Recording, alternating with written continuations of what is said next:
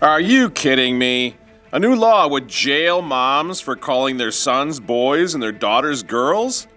An Indigenous member of the Kamloops band says the mass graves fake news was an excuse to attack religion.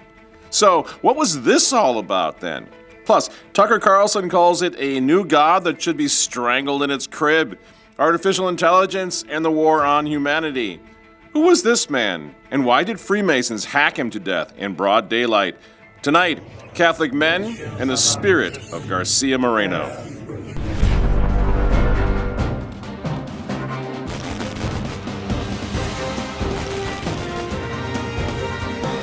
Hello again, ladies and gentlemen. I'm Michael Matt. This is the Remnant Underground. Holy Week now is upon us again, which means it's time to ramp up the Christophobia, of course. 2 weeks ago, we covered the war on Christ is King, which is sure to heat up now, between now and Easter Sunday, of course. In 2024, more than 50% of all engagements around Christ is King posts were driven by extremist influencers. Now, the full report is called Thy Name in Vain, How Online Extremists Hijacked Christ is King, right? The ADL, the Anti-Defamation League, is involved, of course. And sadly, friends, it was funded by none other than Dr. Jordan Peterson. Yeah, so wow, I mean, obviously that's a huge problem. You got kids out there on the internet, like unguided missiles in cyberspace, tossing Christ is King around. I'm glad that Jordan Peterson is really taking this seriously and put an end to this blight. You know what I mean? Because I don't know how we're going to survive if we don't do something about that. Meanwhile, back at the ranch, it's time to strip parents now of custody for misgendering their own children. Colorado House just passed a bill that would consider it a form of child abuse if you're a parent and you misgender your child, calling your son a boy or your daughter a girl, citing the Southern Poverty Law Center. Some of the groups in opposition to this bill are on a list of hate groups maintained by one of the most well-known civil rights law firms. That's the same SPLC that paid $3 million in a defamation lawsuit. The same SPLC whose hate map inspired a domestic terrorist attack. The same SPLC that unionized amid a racial discrimination and sexual harassment scandal, and that now faces claims of union busting. Yes. The old Southern Poverty Law Center, the SPLC, our friends over there on the left, far left. This is that loony leftist nonprofit organization that raises money for itself by pretending to be social justice warriors, of course. The SPLC is a total joke. The co-founder of the Southern Poverty Law Center, a deep-pocketed left-wing civil rights organization, was fired on Wednesday. Now, again, we're going to talk about truth versus narrative. That's the truth. Everybody knows that's the truth. Every serious journalist out there knows that's the truth. And yet every few months, just like clockwork, some lazy loser journalist dredges up the SPLC's intelligence report, read fundraiser, on hate groups in America, and then phones in some hysterical little fake news story about hate groups as if the SPLC were somehow legitimate. The Southern Poverty Law Center, based in that building in Alabama, calls itself the premier group monitoring hate groups and other extremists. Looking at their map of hate groups, you'd think hate groups were everywhere. I once believed what the center said. Well-meaning people still do. Apple gave them $1 million. But what donors don't know is that today, the center's become a hate group itself. It's now a left-wing, money-grabbing slander machine. Again, that's the truth. Trouble is, the truth has absolutely nothing to do with what the SPLC does for a living. For them, it's all about the narratives.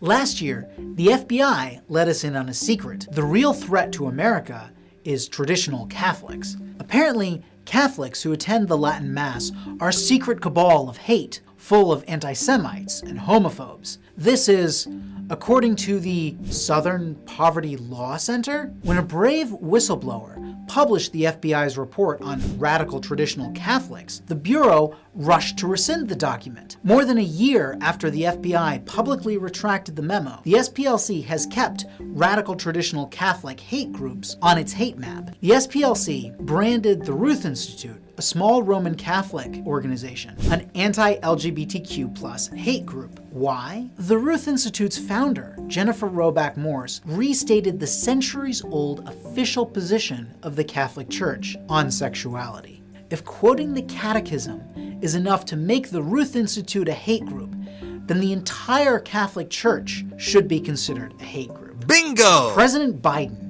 who calls himself Catholic and goes to Mass, needs to explain why he's relying on an extremely anti-Catholic organization. Now, this is very serious. It impacts us directly. Biden's FBI director, Christopher Wray, it got so bad that he finally had to go out and apologize to the congressional committee over that SPLC report, or what they were doing with Latin Mass Catholics. The Richmond product, which was a single product by a single field office, which as soon as I found out about it, I was aghast and ordered it withdrawn and removed from FBI systems. The FBI director went on to further deny that the Bureau was targeting Catholics as a terrorist organization. We do not recruit, open, or operate confidential human sources to infiltrate, target, report. But that's not what this said. It sounds like you were trying to do it in Richmond, Virginia. No, sir. But now Judiciary Committee Chair Congressman Jim Jordan and Mike Johnson say they have evidence that the FBI, quote, relied on information from around the country, from FBI offices in Portland, Oregon and Los Angeles, California, to develop its assessment that some traditionalist Catholics could potentially be domestic terrorists. If Christopher Wray is still looking for the source of that fake news, well, it is the Southern Poverty Law Center.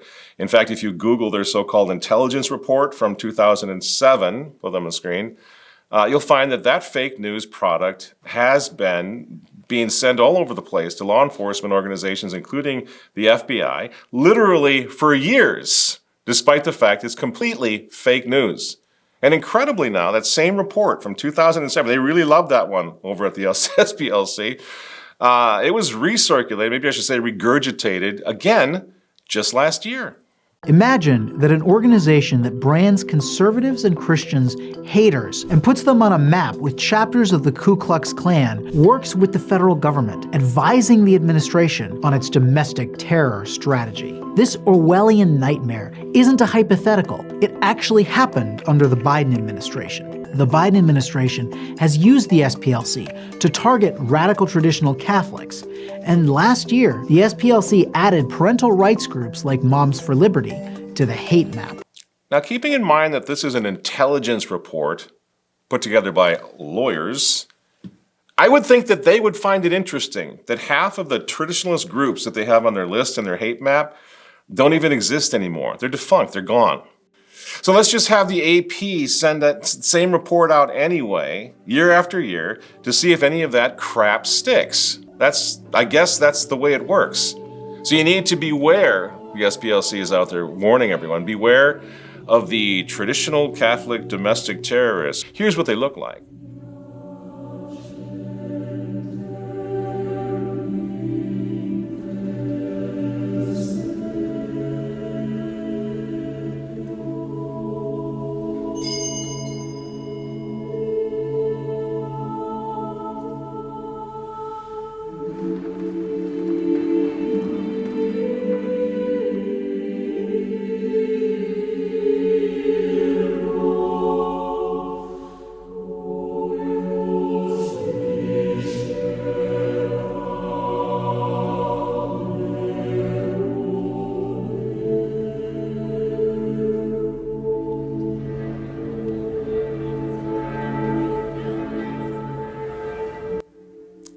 Now that's pretty scary stuff. I'm glad the SPLC is on the case. But you know what, friends? It's Holy Week once again. This is actually very serious. The far left is engaging in this around the clock. Most of us aren't even paying attention to them. That's what they're doing. And none of this really should surprise us. You know, if the world hates you, Jesus told us, know ye that it hath hated me before you. And this is all about hate. They say they're trying to round up hate criminals and domestic terrorists, but what they're doing is trafficking in hate hysteria. So over at Remnant newspaper right now, we're talking about what's going on. Our Joshua Hernandez writes that, quote, amidst a deafening silence in the face of a rising death toll that continues to climb into the tens of thousands, the slaughter of Christians in Syria, which we're going to talk about in a moment, and the destruction of our ancient churches, the most urgent concern in the minds of many, even conservatives, is to suppress the phrase, Christ is King. This is terrible. This is one of the worst catastrophes in the world. I can't talk, ladies and gentlemen. This is the worst catastrophe in the world. People are out there on the internet saying Christ is King. And again, meanwhile, back in the real world, Alawites and Christians, minorities, are being killed in different parts of Syria. Religious persecutions in Nigeria continue to make headlines. Watchdog groups accuse the Nigerian government of turning a blind eye to the thousands of cases of kidnappings and mass killings of Christians, including Catholics. The bishop is asking all Catholics to pray. This advocacy is important. No, because we can't just die in silence. We should know, but we'll pray first because we are men and women of hope. And actually, our hope is alive. We don't hope in princes, we don't hope in kings, we don't hope in rulers, we hope in God. The death toll continues to rise. Some are calling it a genocide. And many say that this is an issue the Trump administration cannot ignore. And the really sad thing is, despite all of that, I mean, even the Trump administration is all worked up over anti-Semitism on college campuses. Really? No, I'm not sure.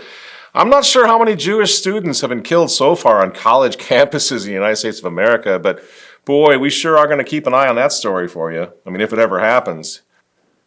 We're going to get to all that tonight, friends, but first I'm going to talk a little bit of shop, talk about tonight's sponsor, which is the oldest traditional Catholic newspaper in the world. The Remnant has maintained its print edition for 60 years. As you can see on your screen right now, I'm talking about a newspaper that comes off a web press every 2 weeks. Now, this is an expensive labor of love that provides a place, however, where people don't have to crawl to Potter, if you know what I mean. This town needs this measly one-horse institution, if only to have some place where people can come without crawling to Potter. Now, this measly institution, this newspaper, offers Vatican news, politics from a Catholic perspective, puzzles and teasers for the children at home. We have an Ask Father column, which is questions and answers on everything, morality, theology, you name it, historical sketches, lives of the saints, all served up now by writers representing the Catholic clans all around the world. Catholic clans from Italy, Catholic clans from Romania, Singapore. And a shout out to my friends in Singapore, by the way. Huge supporters of the Remnant in Singapore. You know who you are. Thank you, Singapore clans, for all you're doing for us. We really appreciate it. God bless you all. And then we have, correspondents in Australia, England, Japan, all over the United States. And here's the thing. Here's the point I want to make tonight, friends, and I'm deadly serious. Everything that goes into this newspaper and into remnantnewspaper.com and into this show, this down here in the underground, it's all produced by real people. And it sounds crazy, of course it is. Well, not of course it is anymore. You can't be sure of that anymore. This is produced by people living in the real world, writers who take pride in their craft, living all over the world, right? Submitting original material to me every few days for us to publish and post, right? And this is becoming very, very important for us to think about because we're in the middle of a really, really weird revolution in which Pilate's question, what is truth, becomes our question today. And all the writers, all the people, the whole team, Remnant team, they're trying to help this remnant of Christian believers throughout the world. They're trying to help us all stay Christian, stay sane, and incredibly, to stay human. Like I always say, first they made war on God, and then they made war on the angels, which nobody believes in anymore at all. Nobody even talks about the angels. And now they've worked their way down to humanity, war on humanity. Human beings are starting to disappear. Humanity beginning to disappear in our world when we start living in this virtual reality, right? And this reminds me now, I want to make a promise tonight. And that's why I say a little shop talk. I want to make a promise to this audience, and I'm deadly serious about this AI thing, which I called anti-human intelligence, by the way. And here's the promise. Here in the Remnant Underground, over at the newspaper, Remnant Newspaper, at our website, remnantnewspaper.com. I promise you, I will never surrender to this AI beast. I will not. So everything you see, and this is going to become important. If you don't realize what this promise means, you will in the days ahead when you get fooled again and again by what purports to be real and turns out to be absolutely not real, not true. We need to put our heads together here. Everything you see, everything you hear on this show, in this newspaper, will always be the work of human hands, written, spoken, and thought out by human minds, human beings, our team. I promise you this.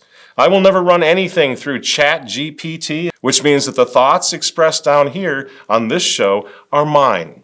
They're not plagiarized, okay? And this is an important promise. As I say, moving forward, I think you're going to come to appreciate that because it's going to get a little bit hard to find. The temptation is, if I can't think of anything to say today, well, I'll just type a few things into ChatGPT and give that to people, and even charge people for that. We've had a couple of columnists, writers have come to us and say, I use ChatGPT for this column. Would you be interested in publishing it in the Remnant? I say, absolutely not. Sell it somewhere else. Want nothing to do with it. So if you're with me on this, if you want to continue to know what is true, to be sure what is true, at least as far as we see it, then sign up. Subscribe to this newspaper, especially sign up for my e-blast. I'll put the little link right down here. And let's keep it real. We just revamped that whole email system, which means we're going to use it a lot more. We're going to reach a lot more of you. We're going to have direct and personal communication with you through these various organs, the newspaper, the e-blast, and of course right here in the underground. Let's just keep it human, friends. I'm dead serious. I can't believe that we even have to talk about this, but we do. Again, Pilate asked Jesus, what is true? Well, do you know what it is anymore? I mean, pretty soon we're all going to be asking ourselves the same thing. Is that true? I just went out to Platteville the other day, a conference in Wisconsin. And I can't tell you how nice it was to look into people's eyes, to talk with them, to laugh with them, to be human together for a conference. You know what I mean? Like the internet is getting to be a very strange place. And maybe it will begin consuming itself and forcing us to meet more often, like we're going to do in the Sharp pilgrimage here in France in a couple months. Meet more often, really, and in the real world, you know? Because, as I said, we're going to be asking ourselves the same thing. What's true? Do we know what it is? And if we know what truth is, do we know how to find it? In the years to come, will we know how to find it? Here's an interesting clip. Владимир Владимирович, здравствуйте. Я студент и учусь в Санкт-Петербургском государственном университете. Now that's Vladimir Putin, right? Wrong. No, it's not Putin. Владимир Владимирович, здравствуйте. Я студент и учусь в Санкт-Петербургском государственном университете. Хочу спросить, правда ли, что у вас много двойников? You could do that with anybody. And in a world that has completely lost its moral compass, as ours has, in a world that has abandoned the Christian ethic, Christian morality, to the extent that ours has, how do you think this is going to end? What's this going to look like in a few years? Deception on steroids doesn't even begin to do it justice. You're not going to know. You're not going to know. At the same time, you got guys like Musk coming out there and saying the AI future, the robot future is what we're going to have. Humanity is literally going to disappear. Remember during COVID, masking us up, separate us, lock us in our houses, what were they doing? They were making war on our humanity. And they're doing the same right now. This technocracy is going to be fundamentally anti-human. People say, well, I'm going to use it to evangelize. Are you? Really? You're going to use lying and deception to evangelize? I wonder. Again, remember, never forget how they used the science to deceive us during COVID. Do you think this is going to be any different? Do you think they're suddenly going to develop a conscience and not use this in nefarious ways? Do you honestly think that's going to happen? And this is the potential for the Christophobia. I mean, Jesus Christ is the one who said, I am the way, the truth, and the life, right? And if we don't watch out, friends, we are soon going to have a new God, one of our own creation with superhuman intelligence. There's a spiritual component here for sure. People will worship AI as a god. AI, Ted Kaczynski was likely right, will get away from us. We will be controlled by the thing that we made. All those are bad. And we need to say unequivocally, it's bad. It's bad to be controlled by machines. Right. Machines are helpmates. Like we created them to help us, to make our lives better, not to take orders from them. So I don't know why we're not having any of these conversations right now. We're just acting as if this is like some kind of virus like COVID that just spreads across the world inexorably. There's nothing we can do about it. Just wait to get it. It's like, no. If we agree that the outcome is bad, and specifically it's bad for people, we should care what's good for people. That's all we should care about. Is it good for people or not? If it's bad for people, then we should strangle it in its crib right now. Right. And why just blow up the data centers? Like, why is that hard? If it's actually going to become what you just described, which is a threat to people, humanity, life, then we have a moral obligation to murder it immediately. And since it's not alive, we don't need to feel bad about that. I'm sorry. I'm just not going to bow down to that new god, Elon Musk. No, thank you. I won't even use it. And I certainly will not let myself be seduced by it, because it is going to have a seductive quality such as the world has never seen.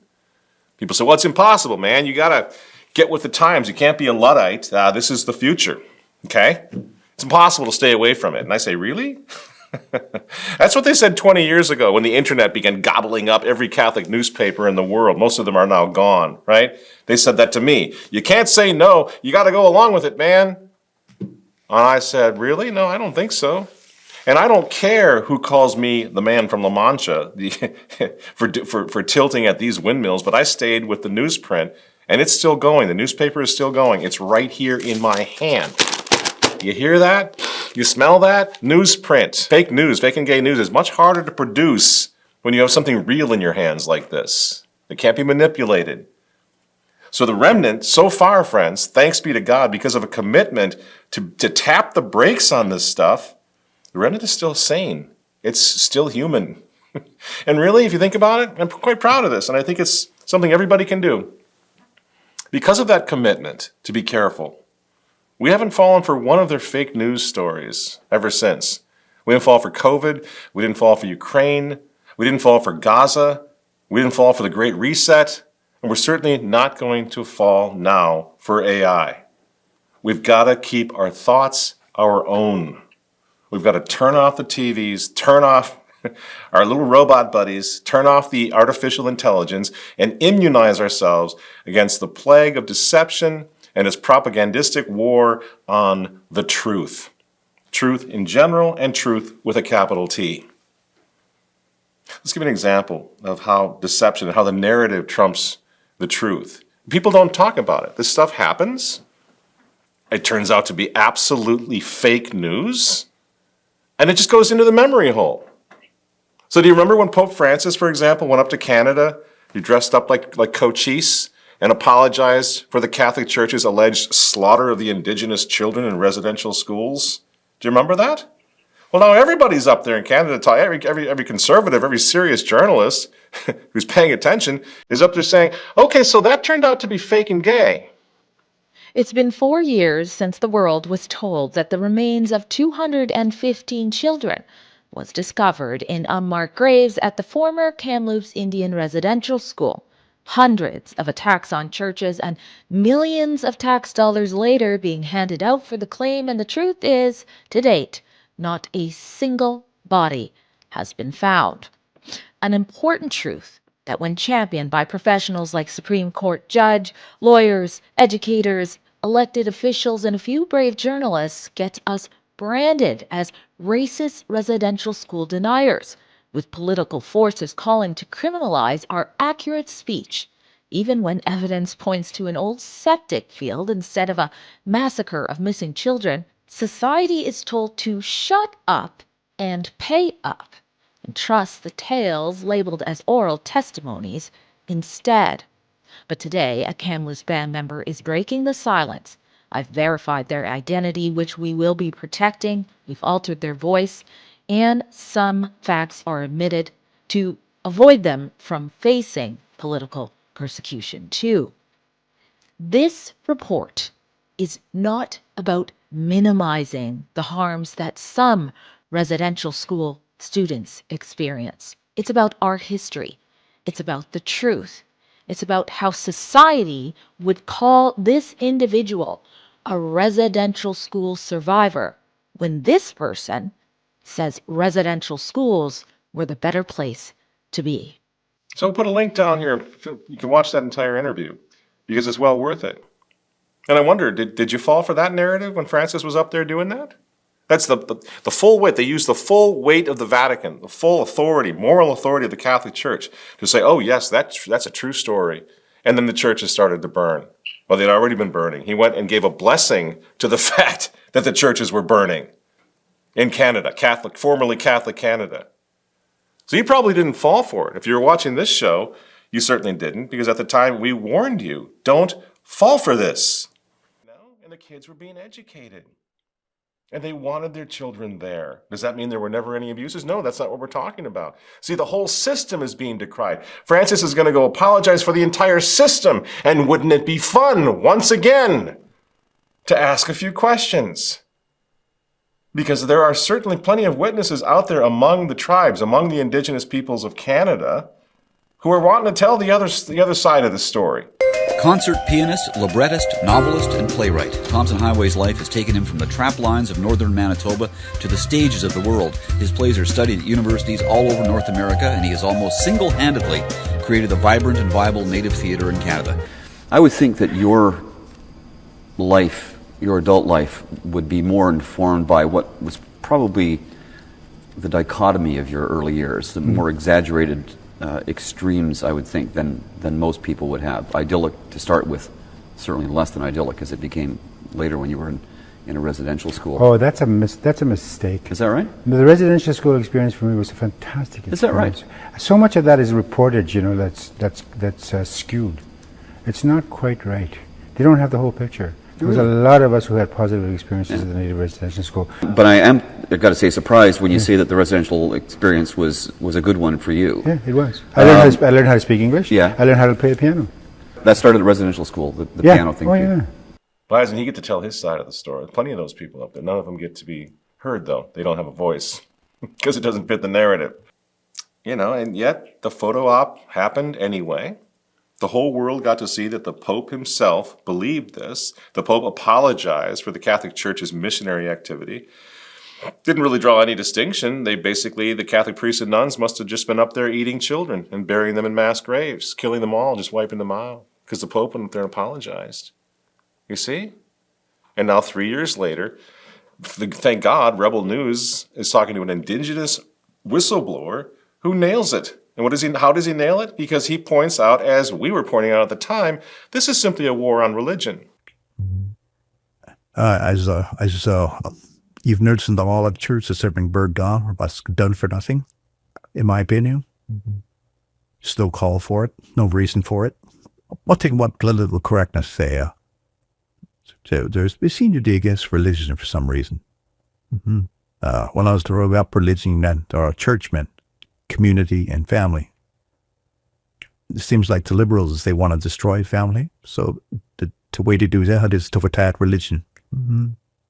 So Sunris, the native cause, to attack religion. They don't really care about the natives. These whatever works for their cause. When the burning of the churches, that was a good excuse. Attacking religion was a good excuse to burn the churches, to demonstrate how evil religion is. And that seems to me why the churches were burned there. Not out of caucus, but there's an excuse. These the blessed 2015 they use the mass graves as an excuse to burn the churches. No, that's exactly right. It was an excuse to make war on the Catholic Church, and little ferrets like Justin Trudeau jumped on it, demanded that the Pope himself travel from the Vatican to Canadian soil to apologize for what we now know is fake news. So here's the question for us. I talked about the memory hole. Where's the Vatican apology for this? I mean, that's a pretty big deal, isn't it? To sully the memory, really to wreck the memory and reputation of long since deceased Catholic priests and nuns like that? Is there an apology coming? No? Why not? And that's one thing to say, well, they're not going to apologize, which they won't, of course. But then the real crisis here is that because there is no apology forthcoming, the enemies of the church, the enemies of the cross, get to carry on with impunity. Just carry on with that narrative. And the narrative, of course, is that the Catholic Church, for 2,000 years, was a racist organization filled with hate and murderers. And it wasn't until Francis came along that we finally admitted how evil we are. This is the Church of Jesus Christ, friends. That's what the world now thinks about the missionary activity in Canada. Now, we've told stories down here before. St. Isaac Jogues getting his fingers eaten off by the Iroquois so that he couldn't say Mass. And yet he went and recuperated, comes back to them out of love, goes back to the Iroquois. They finally killed him. Are we apologizing for him too? For trying to give the light of Christ to the Indigenous people? To love them enough to die for them? You see, this is why this is such a huge deal. Because now what are we hearing? Well, thank God for the Second Vatican Council, which finally put an end to the Catholic Church as pretty much the largest hate group in human history. And people are just dumbed down enough now to believe it. This is the church founded by our Lord and Savior Jesus Christ, a hate group. Even the Pope thinks so. And I've done this before, and I want to do it again because the fake news is everywhere. And when it gets exposed, I think it's a good time for us to ask a few probing questions. So these critics of the Catholic Church, these critics of the Catholic missionaries for 1,000 years, you're so smart. Your little war against white Europeans. I get it, your war against the church.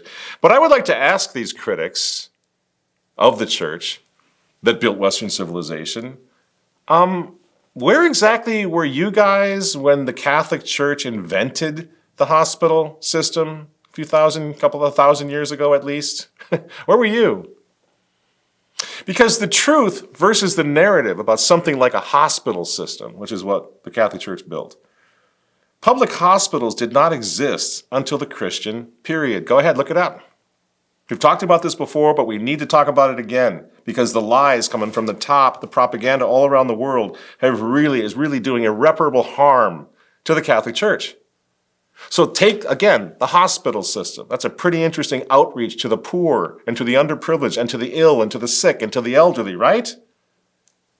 Well, you have to go back to the 4th century, the end of the 4th century, for the second medical revolution that they call, which took place with the founding of the first Christian hospital by Basil of Caesarea. The buildings and the complex that Basil constructed became known eventually as the Basiliad, and it was a massive undertaking. Basil channeled huge funds from the wealthiest people of his area to build this facility. The facilities included in the Basiliad kitchens that fed the homeless.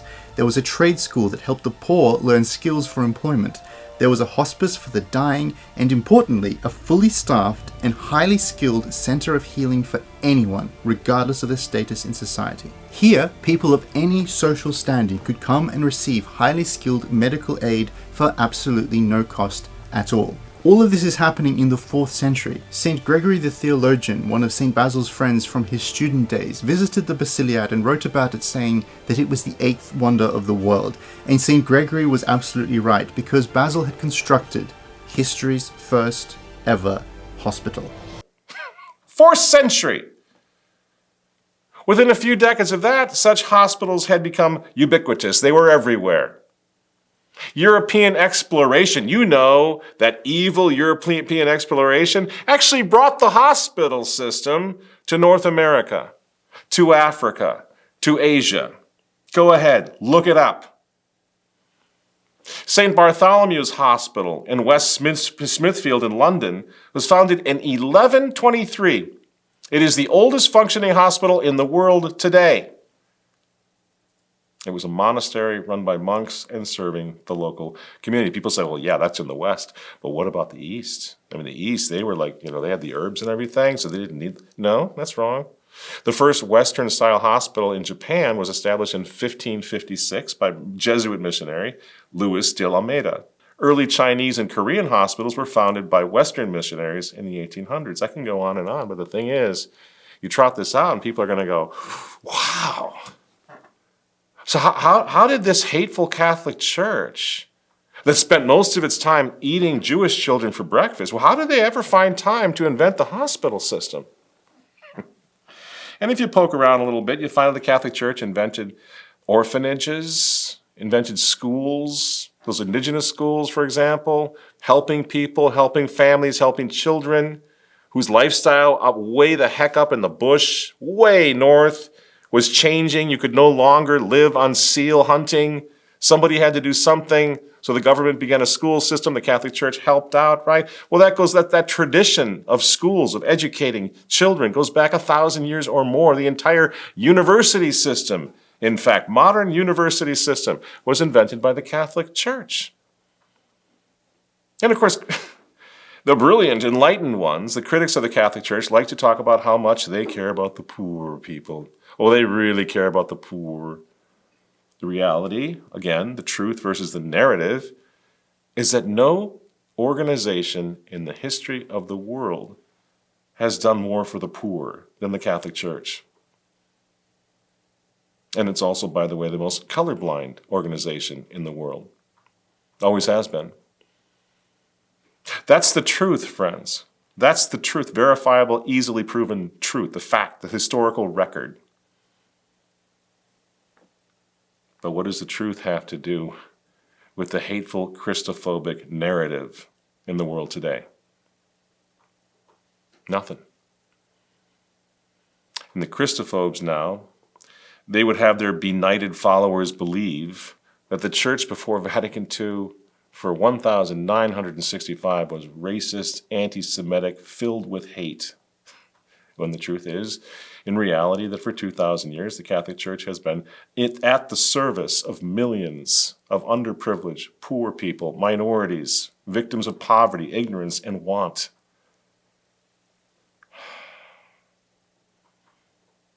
The church that Jesus Christ founded is the only truly non-racist religion the world has ever known, with membership open to all peoples, all skin colors.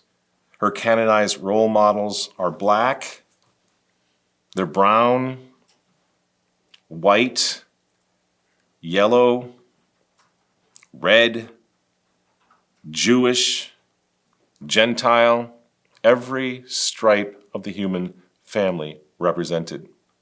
Again, that's the truth. No matter which mob is screaming for the lions, screaming for the rack, screaming for the cross, whatever it takes to silence Christians. That's what the church, that's what the evil Christians have been doing for a couple thousand years. And the only way for us to prove our innocence, to prove we're not racist and anti-Semites and haters, is to deny Jesus Christ. And that's exactly what they want. That's what this is all about, for us to get so embarrassed and so humiliated, so dumbed down, so stupid, that we will deny Jesus proudly. As we talked about Fulton Sheen making that point. Deny Christ in order to have all these wonderful things in the world today. And then the Antichrist comes. And until that happens, until we all deny, until we all become apostates, every tyrant in history will live in fear of those of us who proclaim the Christian faith, those of us who say Christ is king. That's what the war on the kingship of Christ is all about. And it's been going on for a long time. This is what Chairman Mao was afraid of. A single spark can set the prairie alight. He said this to explain how a revolution could just happen like that, which is why they're paranoid and why they must crush even the faintest attempt to have a voice, because there's always the fear that something that happens might trigger a counter-revolution. And this fear that people are going to keep the faith and undo the revolution. This is why Francis, for example, would cancel the Latin Mass for fear that out of there, there's going to be a spark that's going to burn the whole modernist revolution down. It's the only reason they're after the Latin Mass. And this, friends, is happening all over the world. There's a revival of Christianity. There's a revival of the Catholic Church. What did I just see the other day? The Catholic Church now, there are more Catholics, there are more practicing Catholics in England than there are Anglicans. Through it all, despite the war on the Catholic Church, the war on tradition, the numbers are turning around. It's beginning to grow, largely because of the traditional Latin Mass movement, which has set up all over the world an example of what the church used to be, how the church used to worship God. And now that's a mighty bright spark There are millions of people, millions of families with large families, lots of kids, right? Who are going back and seizing that spark. And from that, they're learning to keep the old faith. And that's a threat to the revolution. Christian men now are rising to their knees all over the world.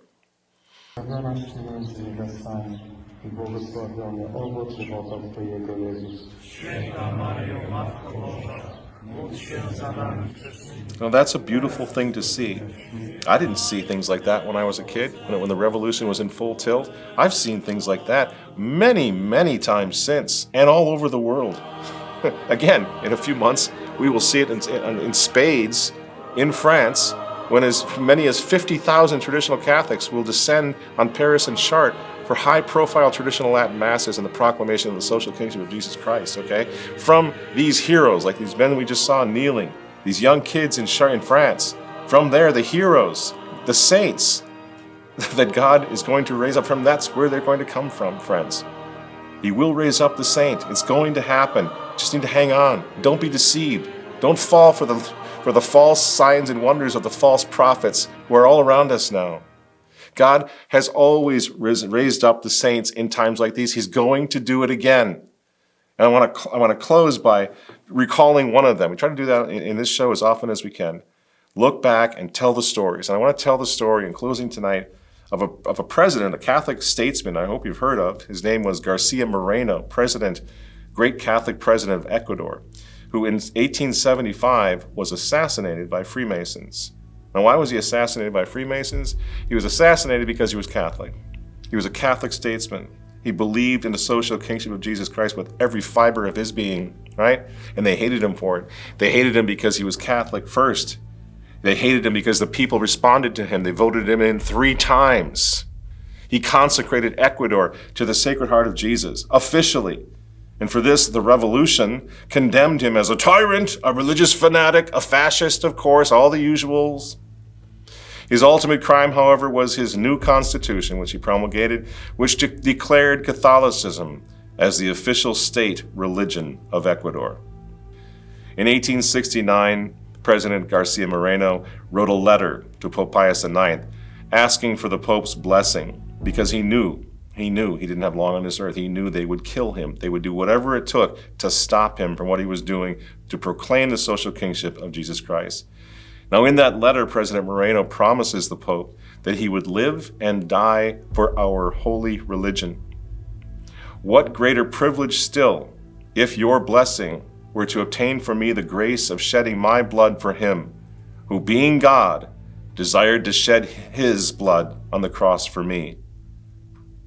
So on August 6th, at midday, just after he'd spent an hour in front of the Blessed Sacrament, an exposition of the Blessed Sacrament in the Cathedral of Quito, Ecuador, President Garcia Moreno was hacked to death with machetes by a band of Freemasons in the street, a band of assassins, one of whom shouted as Moreno fell to the ground, "Die, destroyer of liberty!"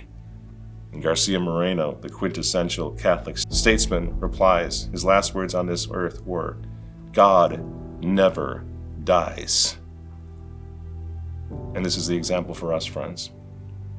God never dies, then. These are the same last words that would later be quoted aloud by Anacleto Gonzalez Flores just before his execution at the hands of Freemasons during the Cristero War. He said, "I die, but God does not die. Viva Cristo Rey." And thus was born the great rallying cry for all the Cristeros and for all of us, echoing down through history to today. And no matter what happens, that is the truth. God does not die, and Christ is King.